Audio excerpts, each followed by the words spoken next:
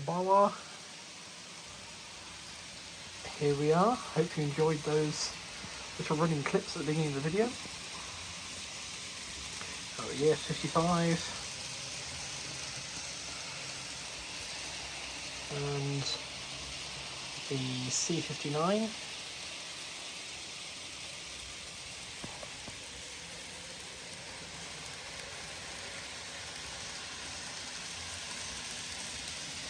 And they're both pulling Super 32 expresses.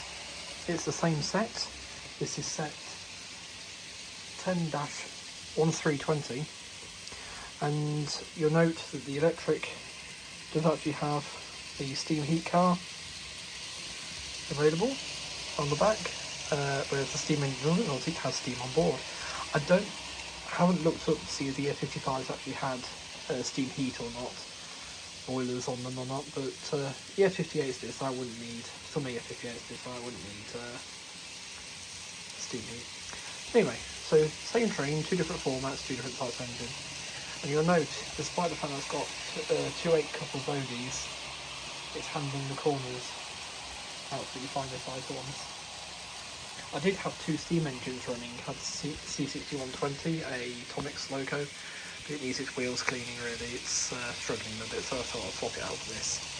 Anyway, just a quick update. So I have, if you follow me on Instagram, which is not mandatory at all, I just occasionally upload the odd thing there, then you'll have seen I have built my first Nimbus Models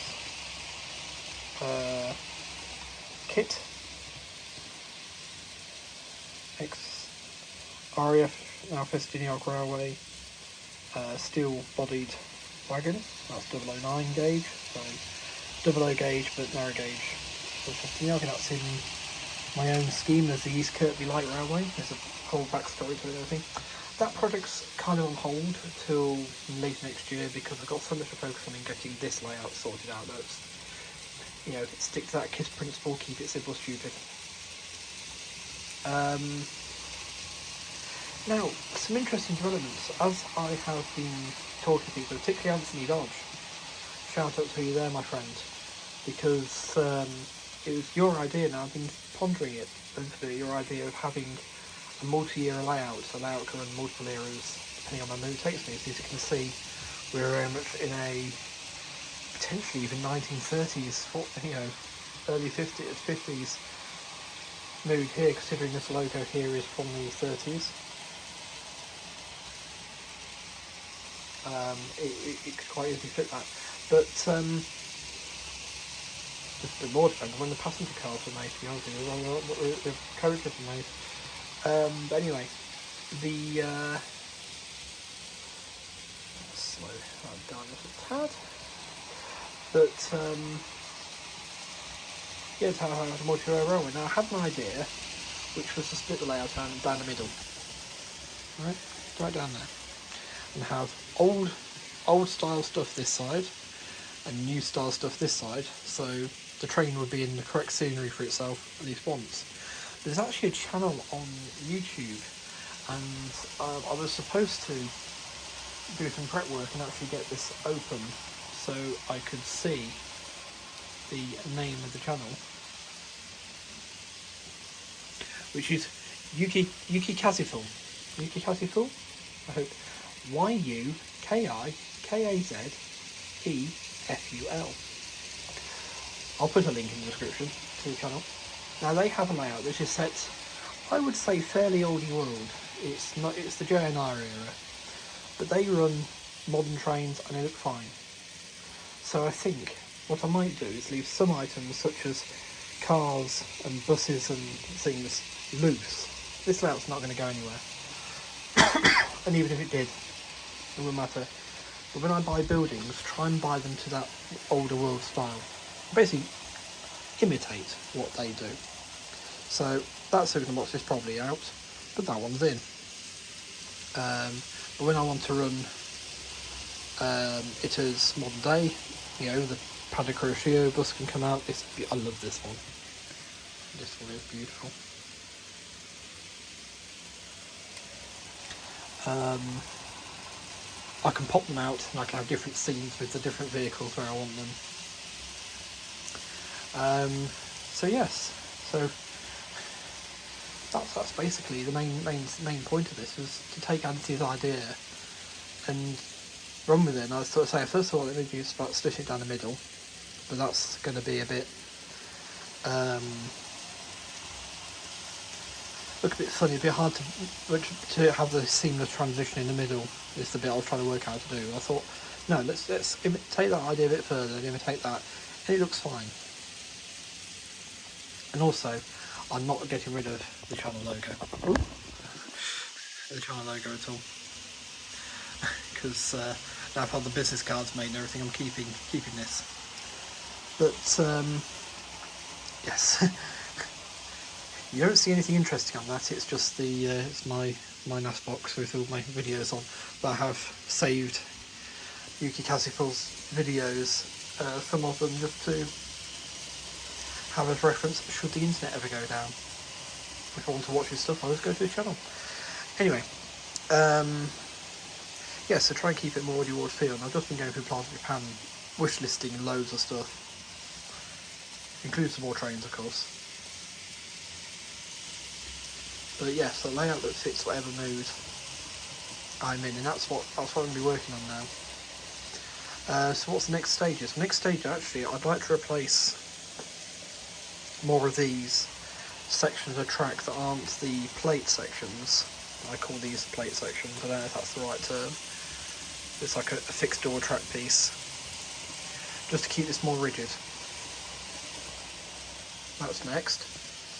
I can't do it for the corners because you know, you can't get them as tight as this. Well, you can for the outer, but not the inner. So, and obviously the outer on the outer of what I've got here, this outer line, is the inner of the smallest, you know, double track section. It'll just give you more rigidity because, like here, I can pinch these together almost, and you know, keeps them separated nicely. Once that's done, it basically goes some cork down. This is how I do Sakura denture. So the cork will go down. That keeps the level of everything correct to the track height. Then certain items like these Kato buildings, they have a base on them. So if we were to bring this next to the track, it's a bit of a dodgy exercise, but you can see it's actually at the right level already, and the train is just about getting past it. So it's a bit of a dodgy operation. But yes, so that's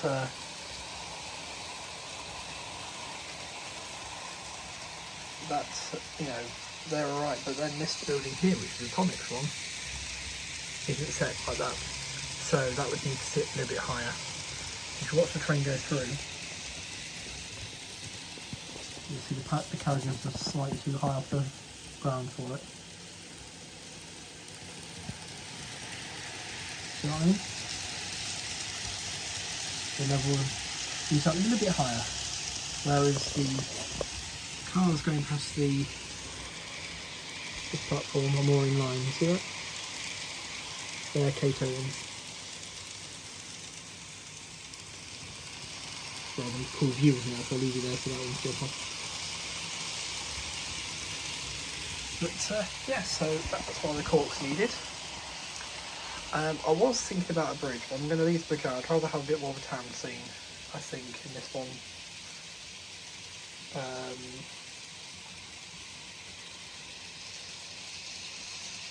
But I am thinking about maybe a forest, sort of moving these buildings out of this corner and bringing them over here somewhere, and maybe having a forest area that side to make a bit different. Keep the suggestion of the going test, keeping this side of the layout clearer, so I've still got somewhere to put trains on and off. But yes, So that's basically the long and short of my plans. I'm going to have a go at scratch building some buildings with cars and that sort of thing.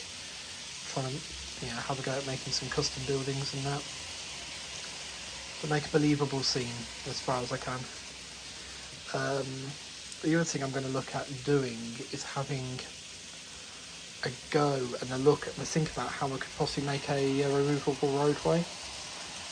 So we could go from a tarmac road to a more dirt road for sort of an older period as well. Something else I'm going to think of and look at and do more research on. But yes, anyway, that's me babbling on for long enough. I hope you've enjoyed. We'll give you another look of these two passing each other.